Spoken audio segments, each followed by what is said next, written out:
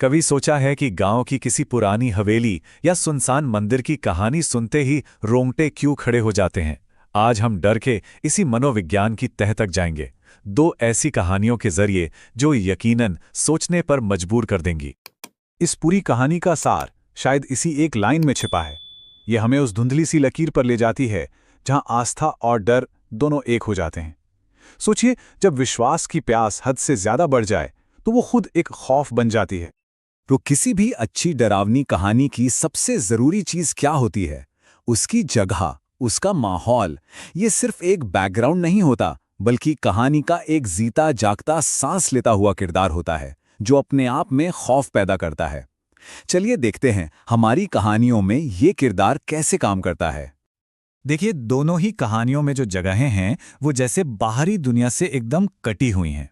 एक तरफ है सतारा का वो प्राचीन मंदिर जो सिर्फ अमावस्या की रात को अपनी असली शक्ल दिखाता है, और दूसरी तरफ गांव के ठीक बीच में वो खंडर हवेली जिसका आखिरी कमरा कहते हैं लोगों को निगल जाता है।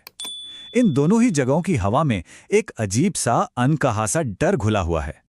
और इन जगहों को और ज्यादा डरावना क्या बनाता है? उनसे जुड़ी कहानियां, उनसे जुड़ी मान्यताएं। मंदिर के बारे में लोग कहते हैं कि देवी खुद चुनती हैं अपने भक्त को।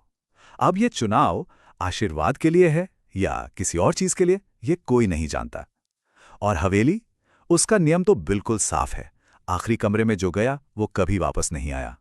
यही वो नियम है जो कहानी में असली तनाव पैदा करते हैं।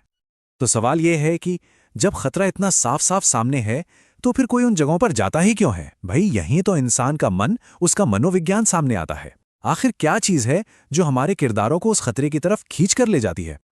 हमारे पास दो किरदार हैं, संध्या और अजय, और दोनों की वजहें एक दूसरे से बिल्कुल अलग।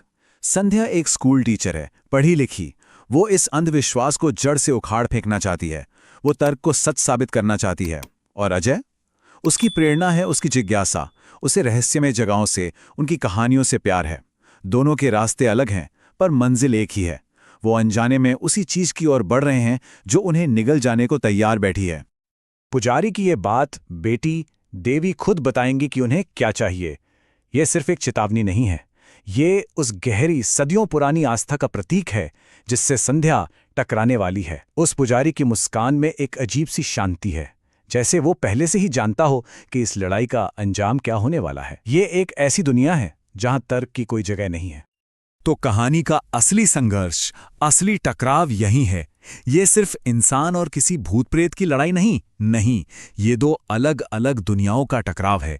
एक दुनिया जो विज्ञान और तर्क पर चलती है, और दूसरी जो सदियों पुरानी मान्यताओं और एक अनकहे डर पर जीती है। और अक्सर ऐसी कहानियों में जीत उसी प्राचीन विश्वास की होती है। और अब कहानी उस मोड़ पर आ जाती है जहां सारे पर्दे हट जाते हैं, सारे भ्रम टूट जाते हैं और सच अपने सबसे भयानक रूप में सामने आता है। ये वो पल होता है जब किरदार को ये एहसास होता है कि वो जिसे सिर्फ एक कहानी या मजाक समझ रहे थे, वो हकीकत है। संध्या, जो पूरे यकीन के साथ अंधविश्वास को चुनौती देने गई थी, वो अमावस्या की उस काली रात में मंदिर के अंदर पहुंची जाती है।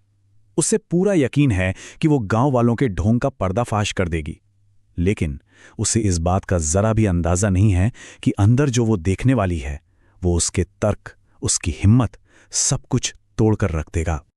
वो दूध नहीं था, खून था। बस इसी एक पल में संध्या की पूरी दुनिया, उसका पूरा विश्वास उलट पुलट हो जाता है। जिस पूजा को वो एक नाटक, एक ढोंग समझ रही थी, उसकी हकीकत खून और बलि से जुड़ी हुई है। ये सिर्फ एक डरावना नजारा नहीं है, ये संध्या की पूरी मॉडर्न तर्कसंगत दुनिया के टूटने का प्रतीक है। अब चलते हैं अजय की तरफ। अपनी जिज्ञासा के हाथों मजबूर होकर वो आखिरकार उस बदनाम आखिरी कमरे का दरवाजा खोल ही देता है। उसे लगता है कि वो किसी पुराने दबे हुए राज से पर्दा उठाएगा, पर उसे ये नहीं पता कि वो राज खुद उससे पर्दा उठाने वाला है। और यही वो पल है जब डर किसी और की कहानी नहीं रहता, वो आपका अपना बन जाता है। अजय अब कोई खोजकर्ता या दर्शक नहीं है, वो खुद उस कहानी का, उस हवेली का हिस्सा बन चुका है। दीवार पर अपना नाम लिखा जाना ये इस बात का सबूत है कि अब बचने का कोई रास्ता नहीं। हवेली ने उसे चुन लिया है। असल में इन कहानियों को जो चीज़ सबसे ज़्यादा खौफनाक बनाती है वो है इनका अंत, या कहूँ अंत का ना होना। हमें कभी भी पूरी तरह से पता नहीं चलता कि आखिर हुआ क्या, और यही अनसुलझापन, यही सवाल हमारे दिमाग में डर को कहानी खत्म होने के बाद भी जिंदा रखता है। संध्या के साथ जो हुआ वो वाकई परेशान करने वाला है। उसे रात भर मंदिर में बंद रखा गया और सुबह वो बेहोश मिली। दीवार पर खून से लिखा था, मैंने देवी को देखा, उन्होंने कहा मैं ही वो हूं। अब सवाल ये है कि क्या वाकई देवी ने उसे चुना, या गांव वालों ने मिलकर उसे एक नया प्रतीक बना दिया? क्या ये उसका दिमागी वहम था, या सच में उसका सामना किसी ऐसी शक्ति से हुआ जो हमारे तर्क से परे है? और मंदिर में टंगा वो नया लाल कपड़ा, वो इस रहस्य को और भी गहरा कर देता है। सोचिए, वो अंधविश्वास को मिटाने गई थी और खुद उस अंधविश्वास की एक कहानी बनकर रह गई।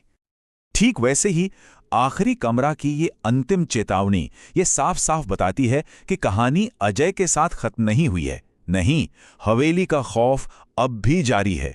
दीवार पर अब भी जगह खाली है। वो अगले नाम का इंतजार कर रही है, और वो अगला नाम किसी का भी हो सकता है। यही वो सोच है जो डर को हमेशा ताजा रखती है। तो असल में यही होता है साइकोलॉजिकल हॉरर। इसका मकसद सिर्फ जंप स्केयर देना या डराना नहीं, बल्कि बेचैन करना होता है। ये हमारे जहन में ऐसे सवाल छोड़ जाता है जिनका कोई जवाब नहीं होता। क्या हुआ, क्यों हुआ, और सबसे बड़ा सवाल, क्या ये सच में हुआ? और जब जवाब नहीं मिलते तो वही खालीपन डर का सबसे बड़ा कारण बन जाता है। और आखिर में हम इसी एक सवाल पर आकर रुक जाते हैं, क्या डर उन जगहों में था या हमारे विश्वास में? क्या वो मंदिर और वो हवेली वाकई भूताहा थे, या लोगों के गहरे अटूट विश्वास और उनके डर ने मिलकर उन्हें ऐसा बना दिया था? सच तो ये है कि हमारा दिमाग हमेशा अज्ञात से डरता है, और ये कहानियां उसी डर को एक चेहरा देती हैं, एक आवाज देती हैं। तो शायद असली डर बाहर कहीं नहीं, बल्कि हमारे अंदर ही छिपा होता है, जो बस सही कहानी का इंतजार कर रहा होता है बाहर आने के लिए।